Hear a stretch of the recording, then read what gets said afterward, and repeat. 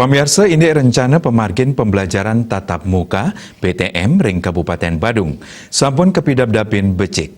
Mekudang-kudang sekolah sewengkon Kecamatan Petang Badung, wantah nyantosang puarah saking Dinas Pendidikan Pemuda dan Olahraga Disdikpora Badung ini mawit pemargin nyani. Kepala Sekolah Dasar Negeri 3 Sulangai Ketut Muhendra Mausang, paikatandane sampun metaki-taki ring sejeroning sarana sane kebuatang. Kanan inucap wantah nyantosang pewaras saking Dinas Pendidikan. Kerencanayang pewaras lantur nyani pacang kemedalang ring pengawit bulan Juli sane cagirau. Manut dane sistem PTM sane kelaksanayang kekepah dados tiga kelompok belajar.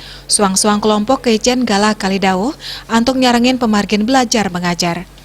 Tios nabdabin inik pemargin belajar mengajar, mekesami guru sanering pemargin PTM punike talar sampun pole vaksinasi jangkep. Pemekas ring widangan Petang Badung, wenten 300 siedase kutus diri guru sane ngelaksanayang vaksinasi. Bali Pos Nguningayang.